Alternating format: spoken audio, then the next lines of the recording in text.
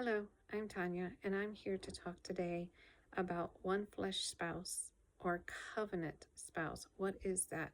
What does the word say that is, and how does he give us that as an example in the word? We'll start with Genesis 2:24-25. For this cause a man shall leave his father and mother and join unto his wife, and they shall become one flesh. And they were both naked, the man and his wife, and yet they were not ashamed.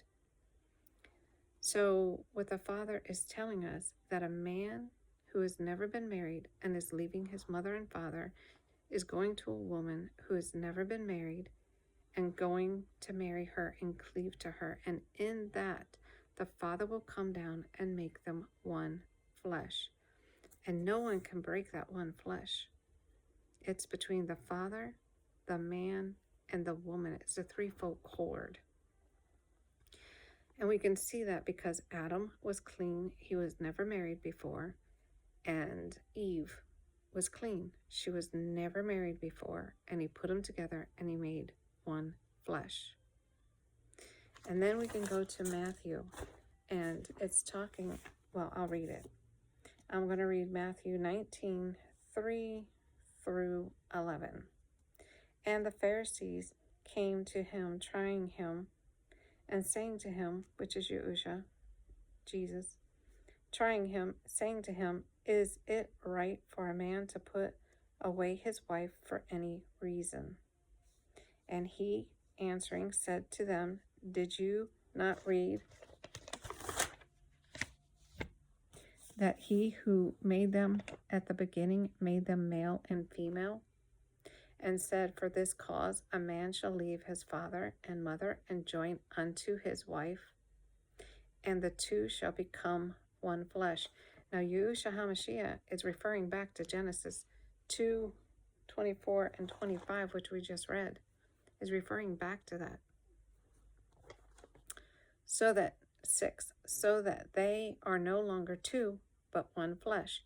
Therefore, what Elohim has joined together, let no man separate. They said to him, why then did Moses command to give a certificate of divorce and to put her away? And listen to what Yahusha says. He says to them, because of the hardness of your hearts, Moses allowed you to put away your wives, but from the beginning it was not so.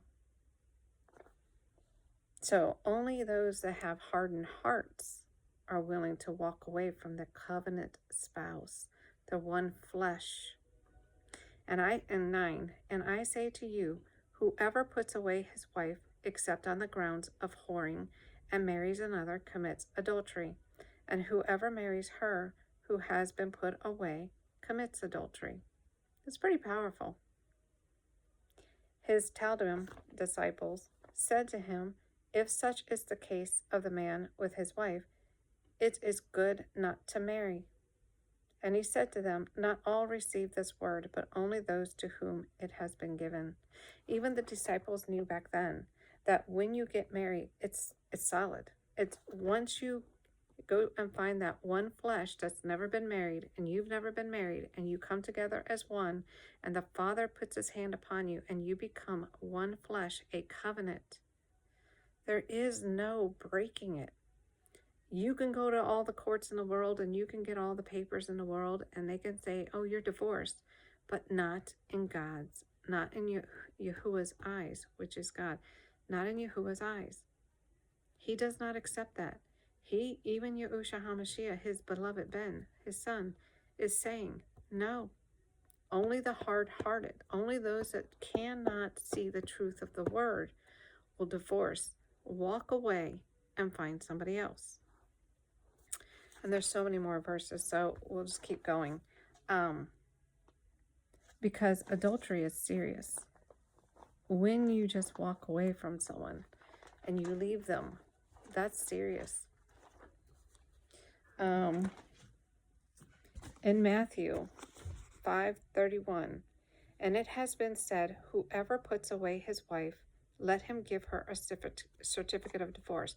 But I say to you, that whoever puts away his wife except for the matter of whoring makes her commit adultery, and whoever marries a woman who has been put away commits adultery. And so we're going to go over to, and this is in Matthew, so we have to understand Matthew was specifically sent to, as a disciple to the Jews, to Hebrew.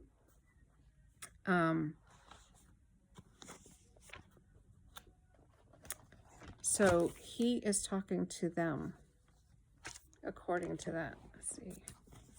Where is it?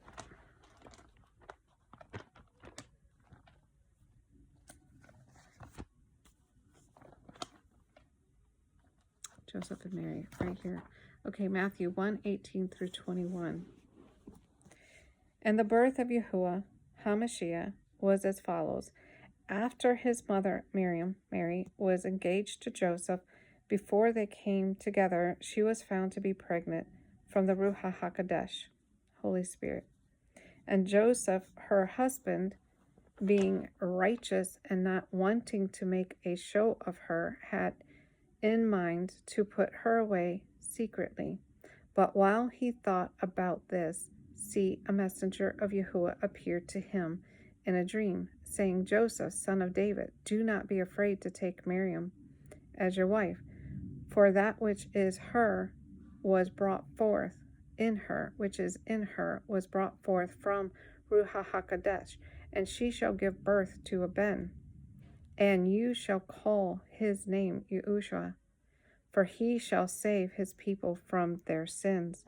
And if you go down to 18, or go back up to 18, you will see that Joseph and Miriam were engaged. But then if you read in 19, that engagement in the Father's eyes is marriage. And so he was her husband. But because they had not been together and he had not cleaved to her yet, he has not brought her in, he was able to divorce her if he chose. And he was going to be righteous with her. Being righteous and not wanting to make a show of her, had in mind to put her away secretly. And that's how they did it. And that's what Yahushua HaMashiach was talking about. If, let me go back. In 19, when he was talking about the whoring, and I say to you, whoever puts away his wife except on the grounds of whoring and marries another commits adultery. He's talking about the example that they gave in Matthew 19.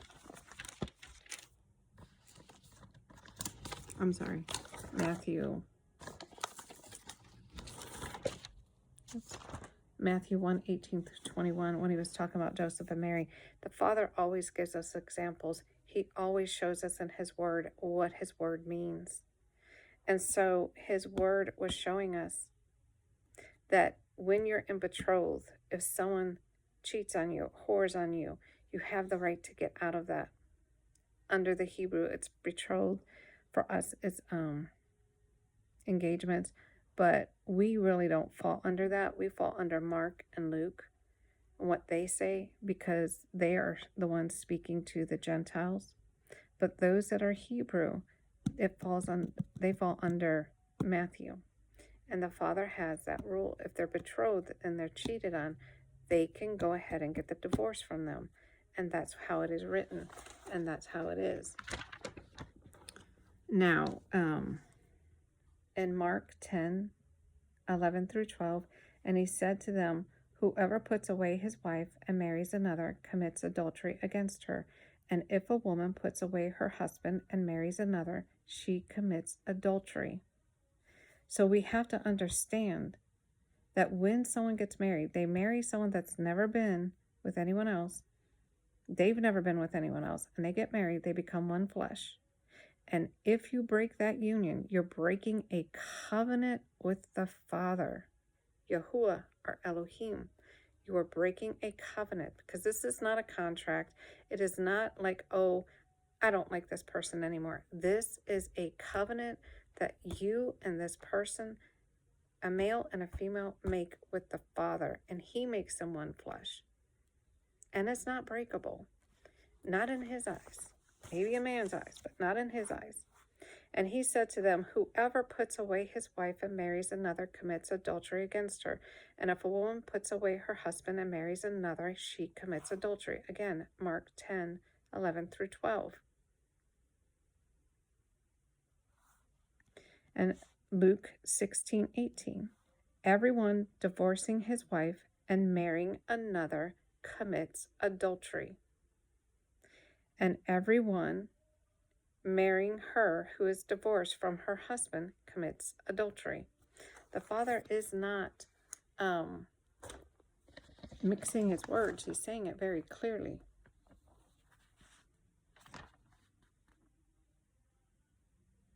And Yahusha said it again in Matthew 19:9. And I say to you, whoever puts away his wife, except the grounds of whoring, which is during the betrothal, and marries another, commits adultery, and whoever marries her who has been put away commits adultery. So then we go over to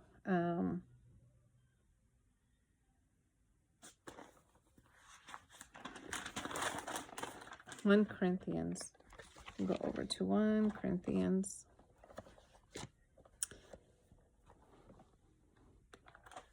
Seven, and start reading there. But if she is indeed separated, let her remain unmarried, or be restored to favor with her husband, and let a husband not send away a wife. So if a person gets separated, if there is issues with the marriage and there's violence, whatever it is, and you separate, that's fine in the Father's eyes. But when you separate, you have to remain unmarried to anyone else. It says it right there. But if she is indeed separated, let her remain unmarried, or be restored to favor with her husband. And if they can't go back, they can't go back. But they are to remain unmarried. And I'll read like 11 through 16 in 1 Corinthians 7. But if she is indeed separated, let her remain unmarried, or be restored to favor with her husband, and let her husband not send away a wife.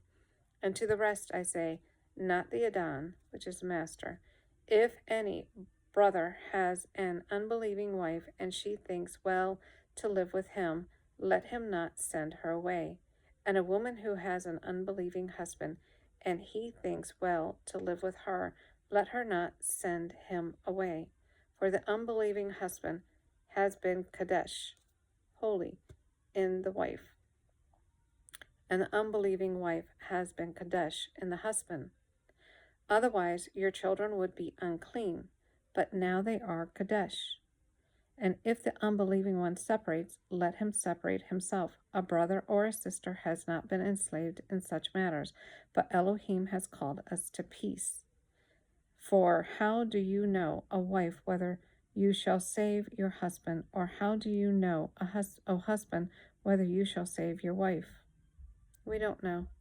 And that's the thing. But when you separate, you have to stay unmarried unless you get back together, because you're a covenant, a one flesh. And again, this goes for people who were never married. The male and female were never married, and they come together.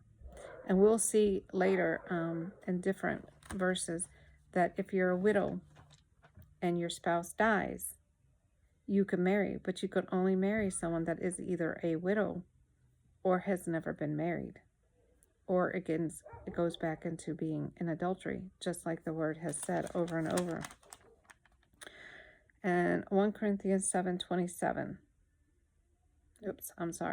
1 Corinthians 7:27. Are you bound to a wife? Do not seek to be loose. Are you loose from a wife? Do not seek a wife. And he's being very clear. You can separate, but you can't seek another wife. And he tells us, are you bound to a wife? Do not seek to be loosed. You loose from a wife. Do not seek a wife, because you already have one that they already have. Or if it's a husband, do not look for another husband. You already have one. Whether you like them or not, you already have them. I know, I'm going through that. Not that I don't like my husband. It's just that we're going through a time and that my husband is in the wilderness and my Father is going to deal with him. He's going to take care of him, just like he's taking care of me. And when it's time, he will bring us back together and he will keep us. But it is in the hands of the Father. I'm not out there seeking other people. I'm not out there looking for someone else. Why? Because I already have a spouse. I cannot find another. A wife is bound by Torah, which is the law of the Father, as long as her husband lives, and if her husband dies, she is free to be married to whom she desires, only in the Adon, which is the Father, Master. But she is better off if she remains as she is, according to my opinion, and I think I also have the Ruach of Elohim. Is it right? The widow can stay married or unmarried. They can get married again if they find someone that is not attached to someone else. Or they could stay single. Either way, that's legal according to the word. In Romans 7:1-3, it talks about it as well. Or, do you not know, brothers, for I speak to those knowing the Torah, that the Torah rules over a man as long as he lives. We are bound by the laws of the Father as long as we live. We don't get to come out from under it, unless we choose not to follow the Father. Either if you're his, you're his. If you're not, you're not. For the married woman has been bound by Torah to the living husband, but if the husband dies, she is released from the Torah of her husband. So then, while her husband lives, she shall be called an adulteress, if she becomes another man's. But if her husband dies, she is free from the Torah, so that she is not an adulteress, having become another man's. Did you hear that? The Father calls those that marry another man or another woman while their spouse is still living, he calls them an adulteress. So one has to stop and ask themselves, what do you want the Father to call you? Do you want him to call you an adulteress? Or do you want him to call you faithful? The choice is each of ours. We have to walk this life.